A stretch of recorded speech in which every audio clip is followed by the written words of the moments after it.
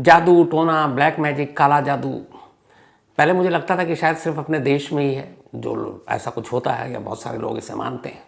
लेकिन धीरे धीरे पता चला कि पूरी दुनिया में इस तरह की चीज़ें होती हैं और लोग अंधविश्वास हैं इसको लेकर। और कई देशों में तो ब्लैक मैजिक को लेकर क्राइम भी हुआ है, जैसे अपने देश में बहुत सारे हुए। कई लोग कहते हैं ये आत्मा, जिन, भूत, प्रेत ये सब होती हैं कि नहीं होती हैं, मैजिक, ब्लैक मैजिक होता है कि नहीं। लेकिन कई कहानियाँ तो मैंने आपको वैसे ही सुनाई है कि जो कानूनी दस्तावेज़ों में है कि एफआईआर भी दर्ज, मुकदमा भी अदालत में पहुंच गया भूत को लेकर, भूत को सजा भी दे दी गई। कई कत्ल ऐसे हुए कि भूत ने किया लेकिन कराया किसी और ने था, वो भी अजीब सा मुकदमा अदालत में। ऐसी कई कहानियाँ थी जो आपको सुनाई है। लेकिन आज की कहानी और इस कहानी का क्लाइमैक्स दोनों बेहद अजीब है। ये कहानी मलेशिया की है और कहानी 90 के दशक की है, 90s की बात है। 88-89 से एक मलेशिया में एक लड़की बहुत ही मशहूर होना शुरू हुई थी अपनी गायकी को लेकर। आवाज़ अच्छी थी, सिंगर अच्छी थी, गाने गाती, और मलेशिया में उसकी फ़ैन फॉलोइंग अच्छी खासी बढ़ रही थी। हालांकि ये भी कहते हैं लोग कि अगर उस वक्त में सोशल मीडिया होता तो शायद उस सिंगर की मकबूलियत, उसकी मशहूरियत और ज़्यादा होती। लेकिन फिर भी जितने उसके पास साधन थे उस हिसाब से वो सिंगिंग के मैदान में अपनी एक अच्छी खासा जगह बना रही थी। इस सिंगर का नाम था मोना फंड। तो मोना मलेशिया की रहने वाली, वहीं पैदा हुई एक मिडिल क्लास फैमिली में।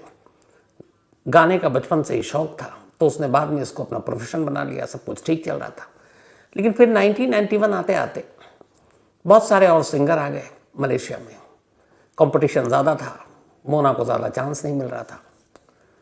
तो इसी वजह से धीरे धीरे उसकी लोकप्रियता कम होती गई। अब मोना को लगा कि शायद सिंगिंग के इस बाज़ार में बहुत आगे तक वो नहीं जा पाएगी, तो ज़िंदा रहने के लिए कुछ और करना चाहिए। अब काफ़ी एम्बिशियस थी, महत्वाकांक्षी थी। तभी उसने देखा कि बड़े बड़े जो लोग हैं, जब वो चूँकि गाना गाती थी तो बहुत सारे बड़े बड़े लोगों से भी उसकी जान पहचान थी।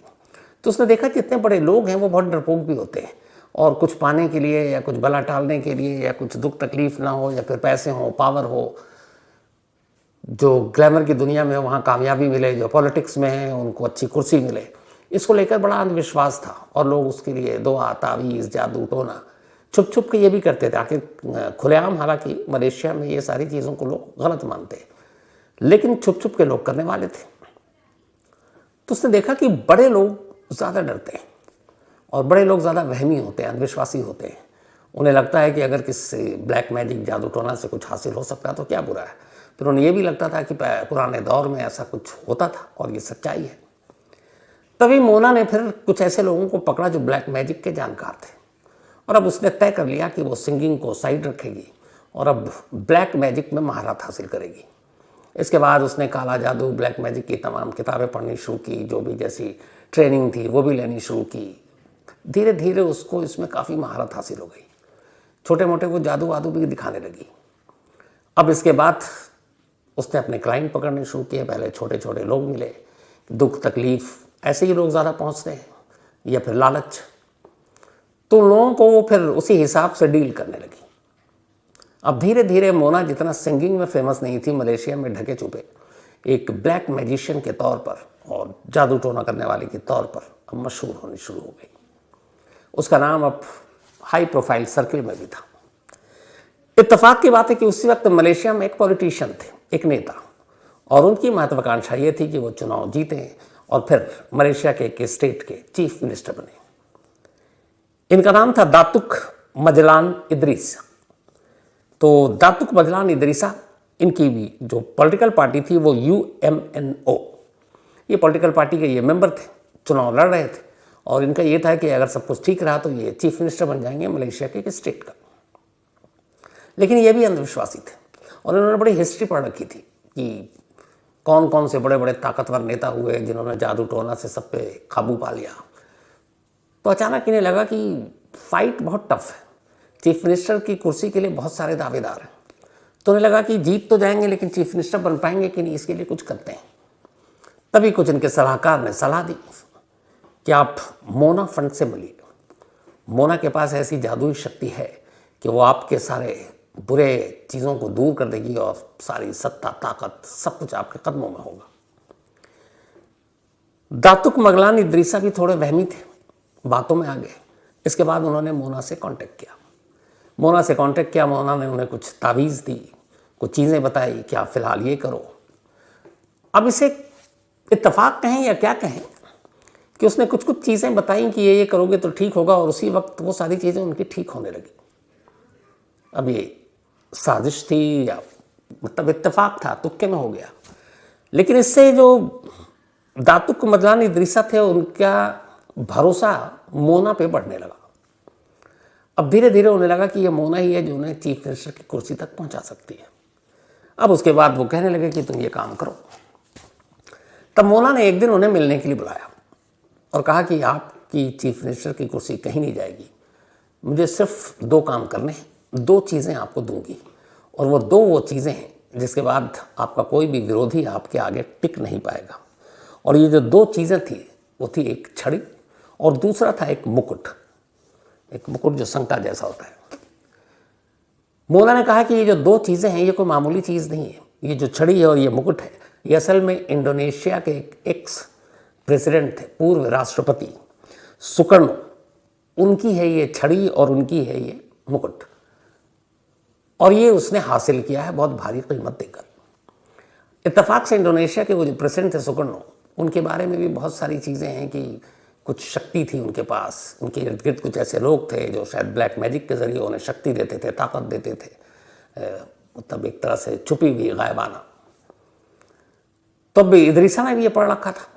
उन्हें लगा कि यार मतलब इंडोनेशिया के एक्स प्रेसिडेंट की छड़ी और मुकुट मोना देगी और वो जादुई है, उसके हाथ में आते ही फिर तो कुर्सी कहीं गई नहीं मुख्यमंत्री की। वो राज़ी हो गए। लेकिन मोना ने कहा कि वो बहुत कीमती है, उसमें काफ़ी पैसे खर्च हुए हैं, लेकिन उसमें जादुई शक्ति है, तो इसलिए उसकी एक कीमत होगी। पूछा कितना, तो उसने कहा 25 लाख रिंगित मलेशियन करेंसी को कहते हैं। तो 25 लाख रिंगित अगर आज के हिसाब से कन्वर्ट करें रुपीज़ में तो अराउंड 4 करोड़ से थोड़ा सा ऊपर, मतलब 4 करोड़ भारतीय रुपए। तो उसने कहा कि छड़ी और मुकुट की कीमत है 4 करोड़ रुपए, आप ये दे दो, ये दोनों चीज़ें आपको देंगे और कुछ बताऊंगी इसके साथ क्या करना है, और आपकी राजनीति में जो कामयाबी होगी फिर बहुत दूर तक आप जाएंगे, मुख्यमंत्री ही नहीं उसके बाद भी जाएंगे, और मुख्यमंत्री की कुर्सी तो पक्की है। अब दातुक मजलान इदरीसा आ गए इसी भरोसे में। उन्होंने कुछ अपनी ज़मीन भी बेच दी और इनमें से 25% एडवांस भी दे दिया। अब 25% एडवांस आ चुका था, यानी कि करीब करीब 1 करोड़ रुपए, बाकी के 3 करोड़ देने थे। जुलाई का महीना था, 1993 का साल। 1993 जुलाई की 1 तारीख को एक रोज़ मोना इदरीसा को अपने घर बुलाती है और कहती है कि इस छड़ी और मुकुट को इस्तेमाल करने से पहले एक ख़ास फूलों का स्नान करना पड़ेगा आपको, ताकि आप उससे पवित्र और पाक हो जाए, पुष्प स्नान। इदरीसा साहब राज़ी हो गए। अब मोना ने एक तारीख चुनी, जुलाई का महीना था, 1993 का साल, और इदरीसा से कहा कि आप घर आएंगे अकेले, और ये अकेले में ये सारी कवायद पूरी होगी, तो फूलों से आपको नहलाया जाएगा। शर्त ये है कि इस पूरे फूलों से नहलाने के दौरान आपकी आंखें बंद होंगी और आप बस अपने सपनों के बारे में सोचेंगे और उस सपनों से मत भटकिएगा। अब इदरीसा साहब का सपना, एक पॉलिटिशियन है तो कुर्सी, मुख्यमंत्री की कुर्सी। उन्होंने कहा ठीक है। अब इसके बाद तय तारीख पर, वक्त पर इदरीसा साहब मोना के घर पहुंच गए। घर पहुंचने के बाद थोड़ी बातें हुई, छड़ी और मुकुट उनको दिखाया गया, कहा गया ये आप ले जाएंगे, लेकिन इसे तब तक छुएंगे नहीं जब तक कि पुष्प स्नान नहीं हो जाता। इदरीसा साहब रेडी। इसके बाद बाकायदा एक टब में फूलों के साथ उनके नहाने की तैयारी की गई। इदरीसा साहब उस टब के अंदर उतरते हैं और शर्त के मुताबिक उनको अब अपनी आंखें तब तक बंद करनी है कि जब तक कि वो इस टब से बाहर ना आ जाए, क्योंकि वो पूरी तरह से पाक पवित्र हो जाएंगे, और उसके बाद वो छड़ी और वो मुकुट उनके हवाले, और उस छड़ी और मुकुट के ज़रिए वो मुख्यमंत्री की कुर्सी तक। तो वो टब के अंदर आराम से आंखें बंद किए हुए हसीन सपने देख रहे हैं।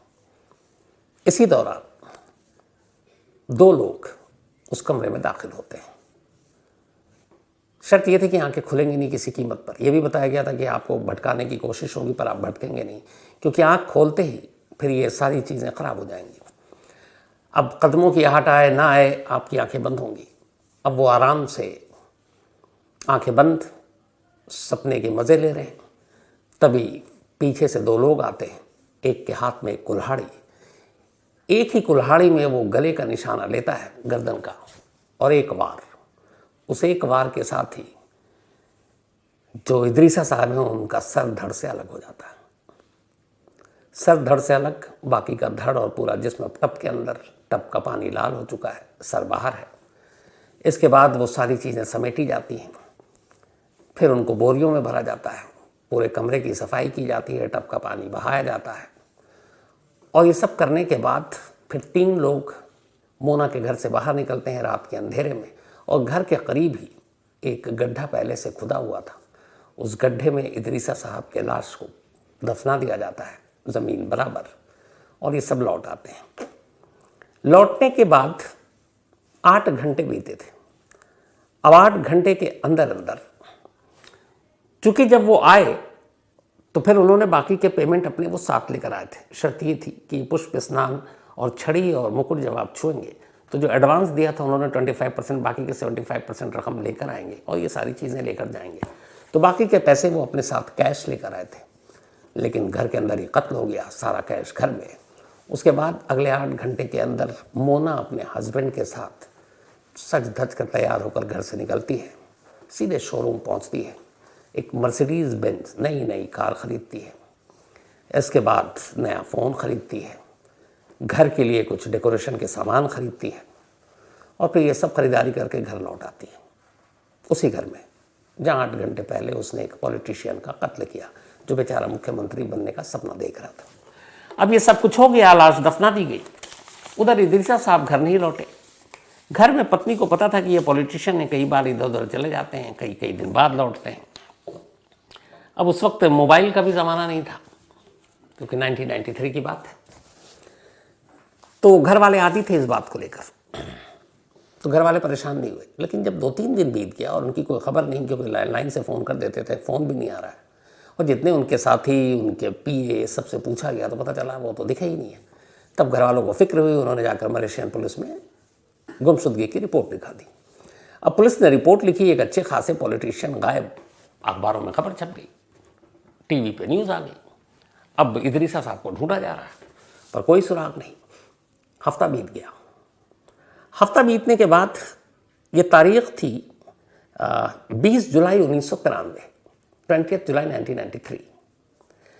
एक कैसीनो या जुआ घर कहें जिसे, वहाँ पे कुछ एक झगड़ा हुआ और मलेशियन पुलिस ने एक शख्स को पकड़ा। उसका नाम था जुराइमी।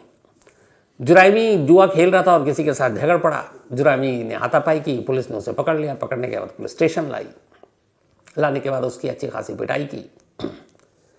और तभी इस दौरान में फिर जुराइमी ने कहा कि तुम क्या करोगे मेरा, कितने दिन रुकोगे? मैंने तो इससे भी बड़ा क्राइम किया, आज तक पुलिस को पता भी नहीं है।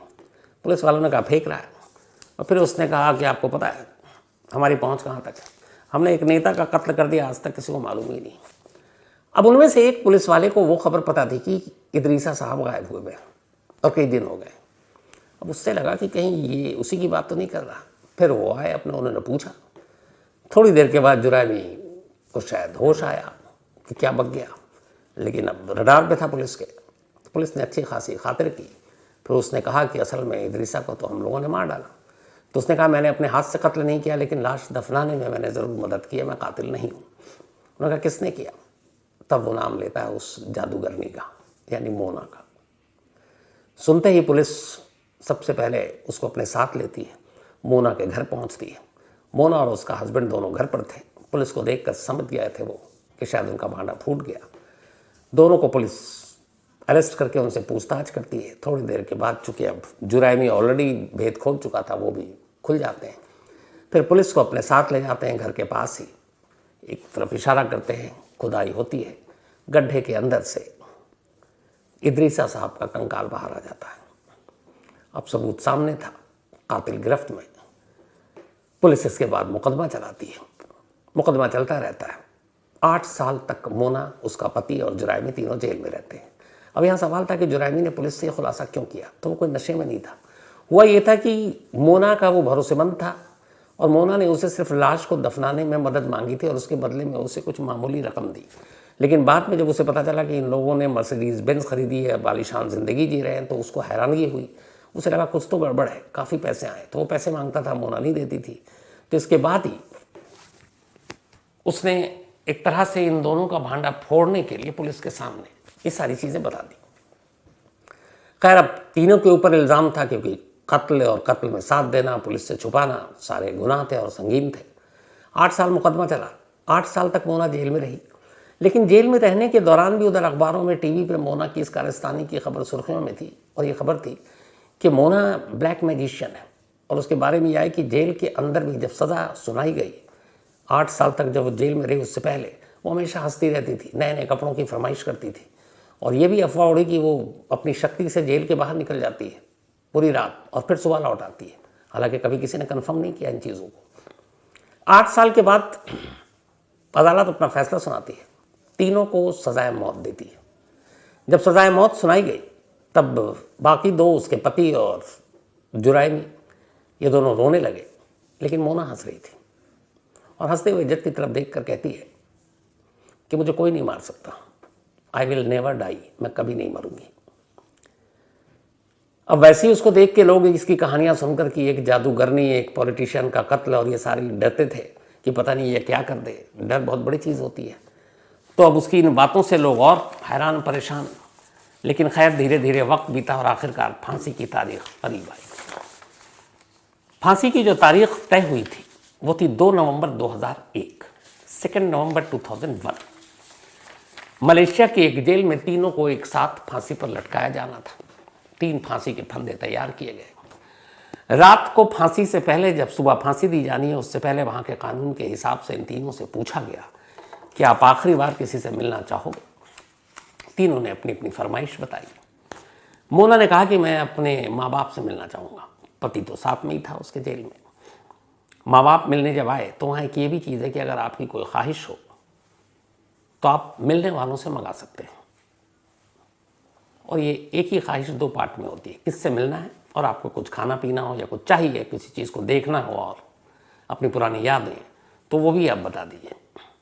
तो मोना ने मौत से पहले जब पूछा गया, फांसी से पहले कुछ घंटे बाकी हैं, कि बताओ तुम्हारी आखिरी ख्वाहिश, तब उसने कहा मुझे अपने माँ बाप से मिलना है और साथ ही मुझे KFC का चिकन खाना है।